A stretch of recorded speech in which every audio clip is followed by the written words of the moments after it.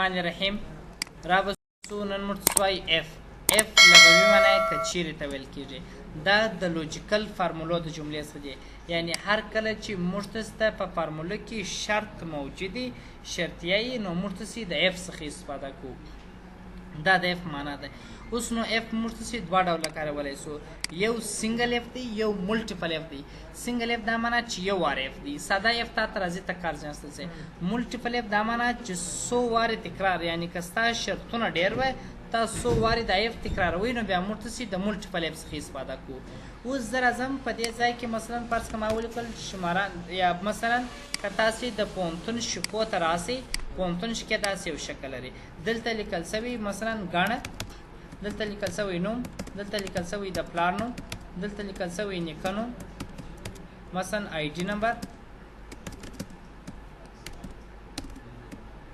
آی ډي نمبر. په دې ځای کې لیکل سوی 0% امتحان، 10% امتحان، بیا 10%، 60%، او دلته لیکل سوی مجموع، دلته لیکل سوی نتیجه چې دا نفر کامیاب سو او که ناکام سو. مجموعه کې دلته درېږو مساوي سم جمع قوس خلاص. دغه نمرې ته ماته په خپل منځ کې راته جمع کړه چې هر څه وسولې، قوس باندې انټر کړه، د موږ ته مجموعه راویستل. اوس نتیجه چې ده که یو چا یو محصل 55 وړي یا تر 55 لږ وړي، 55 یا تر 55 یې ډېرې وړي، دا نفر کامیابه دی. که چیرې تر 55 کمه وړي وی بیا ناکامه دی. نو موږ دلته ورته لیکو مساوي فارموله مولو چې په مساوي شروع کېږي اف که چیرې ښه دی تا ته لوجیکل وایي، منطق درته وایي چې شي لوجیکل ټیسټ معنا ستا خانه کمه ده. زه ورته وایم که چیرې دغه خانه مساوي سوله یا لوړه سول، یعنی که زما دغه خانه مساوي سول یا لوړه سوله په 55 سره، نو دی تا ته وایي ګوره وایي کامه کښې دی، د لوجیکل ټیسټ په شی کامه ده. بیا دی تا ته وایي ټرو او فالس. چې درته ولیکم ته ما ته ولیکه ډبل کوټیشن بریالی راته ولیکه چې دغه نفر بریالی کامیاب سو، ډبل کوټیشن بند کامه. که چیرې بیا دغه شرط پرانیستو یعنی 55 نمرې نه سوې نو در 55 لږ سولې بیا چیش درته ولیکل سي ډبل کوټیشن ته ما ته ولیکه ناکام، ډبل کوټیشن قوس بند انټر. کله چې ته دا فارمول داسې راکاش کړي تاسو ته وایي چې دا نفر چې دی ناکام دی. او اوس که زه دلته راځم په دې ځای کې لیکم چې مثلا نومپر څه نومېږي، احمدالله نومېږي، د نورالله زوی دی، د عمرشال لمسی دی، د کانکور آیډي ده مثلا فرض کړه H15000، دا یو شماره ده د آیډي ده.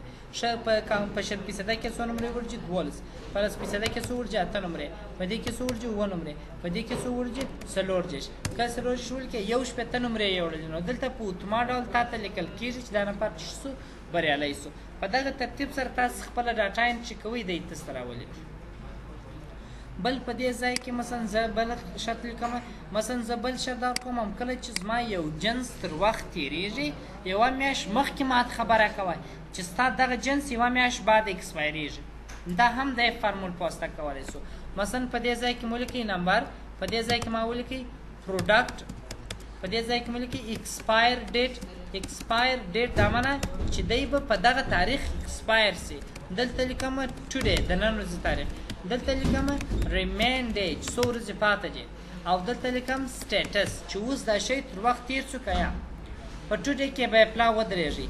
چې دلته ولیکئ دغه ایکسپایر ډیټ زه دلته لیکم چې دی به د 2020 کال مثلا د 8مې میاشتې پر 20 تاریخ اکسپایر سي، یا ورته لیکم چې د 12 میاشتې پر 6 تاریخ اکسپایرېږي.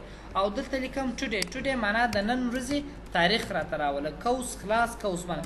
چې کله تاسو د نن ورځې تاریخ راولئ دا فارموله کاش کړئ، که سبا راسئ دا تاریخ په اتوما ډول سبا 40 ته وړي، که بل سبا 25 ته وړي، یعنې دغه تاریخ اپډیټېږي هره ورځ تاسو ته. په ریمین ډیز کې دلته میس نه دی ورکړي څو ورځې پاته دي، دلته لیکو مساوي د ایکسپایر ډیټ څخه چې دا تاریخ دی به په دغه تاریخ به ایکسپایر سي. ته منفي که د نن ورځې تاریخ انټر کړه، دی تا ته وایي چې د دغه اوس څو ورځې پاته دي، 2 ورځې پاته دي. دا تاسې د دې ځای څخه تاریخ څخه په څه واړوئ، په جنرل یې واړوئ چې ورځې تاسو ته معلوم سي. اوس نو زه دلته ورته لیکم، زه ورته وایم مساوي اف قوس خلاص که چیرې دغه خانه مساوي سوله یا لوړه سول په څو سره، مثلا فرض کړه تر 10 ورځې کاما ډبل کوټیشن ته ماته راوله چې فاین مشکل نشته، یعنی دا شی تر وخت نه تیر. کاما که چیر دا کار ونه سو نو ته ماته راوله چې expire it will expired دا به expires. ډبل اخته بار ورته ولیکي چې هر شی څه ساده کو هغه شی ورته ولیکي ډبل کوشن قوس باندې انټرکټ. اوس به it will expire ځکه به expire چې دا خو منفي دی. زه رالم په دې ځای کې مې اول شماره ولیکل، مثلا فرض که ما راوړل پیناډول، مثلا فرض که پیناډول 500 ګرامه ټیبلټ، مثلا دا په سمال ایکسپایر سي. دې ته مو لیکله چې دا باید د 2000 شلم کال د 12 میاشتې پر شلم تاریخ ایکسپایر سي. هیڅ مشکل نشته، 119 ورځې پاتې دي، نو دا مشکل نشته. اوس نو چې کله ورځ تېرېږي دا دوه چې مارکو دا خو بالا موږ پټوو، دا سره زموږ کار نه وي، دا خو ما ماز د فارمول دپاره ښکاره کړی. اوس نو ستا ورځې په اتوما ډول اپډیټېږي. کله چې ستا دغه تاریخ د 12 میاشت ته ورسېدی، تا ته 12 میاشت هلته چې جېش ورځې پاس ولې تا ته میسج درکوي، مثلا هغه هلته تاریخ راوړي، مثلا ته فرض کړئ چې داسې یو حالت ته باره ورسېږي 2000 شلم کال، مثلا زه فرض کړئ مثال درته وایم د نیم میاشتې مثلا 2 تاریخ دی، تا ته it will expire دا به expire سي. هلته خو هغه تاریخ باره اپډیټېږي، ورته دا تاریخ خپله درته وړي، دغه تاریخ درته وړي، مثلا دی باره دغسې یو حالت ته رسېږي، مثلا دی 12 میاشت ته رسېږي، مثال فرض کړئ 12 میاشتې اول تاریخ ته ورسېدي د 2000 شلم کال، تا ته وایي چې دا ایکسپایرېږي ځکه 19 ورځې پاتې دي. انشاءالله پوه شوست.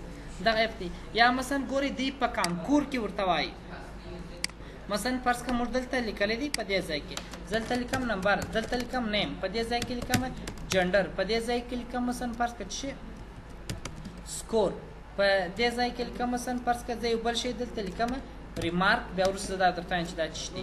زه دلته لیکم هیلپ، مثلا زما هدف څه دي، زه ورته وایم ام که چیرې په دا ځای کې ښځه سول ته د هرې نجلۍ یا جنکۍ سره کومک وکړه، څو نمرې 5 نمرې کومک ورسره وکړه. نو په هیل کې درېږه مساوي اف قوس خلاص. که چیرې د جنډر خانه مساوي سول ډبل کوټیشن په فیمیل سره ډبل کوټیشن کاما ته څه جمع کړه د دغه د نمرو سره جمع کړه ته 100 نمرې 10 نمرې ورسره جمع کړه. کاما که چیرې دا فیمیل نسول نارینه سو نو بیا چې راوله خپلې نمرې راوله، دا معنا چې دغه نمرې چې څو رسېدلي دي دغه نمرې راوله خلاص قوس باندې انټر کړي. اوس دا فارمول داسې راکش کړي، کله چې زه دلته ولیکم چې اوله شماره جانان دی، دا میل دی، د نمرې ورجې 300 نمرې، بالکل د خپلې 300 نمرې راغلي. که زه دلته ولیکم چې مثلا خان دی هم میل دی، د څو نمرې ورجې 210 نمرې ورجې، خپل 210 نمرې راغلي. بس زه دلته لیکم فوزیه ده، مثلا چې ده خو فیمیل ده، په فیمیل کې څو نمرې ورجې، مثلا 299 نمرې ورجې، 10 نمرې پر جمع سولې 309 نمرې سولې.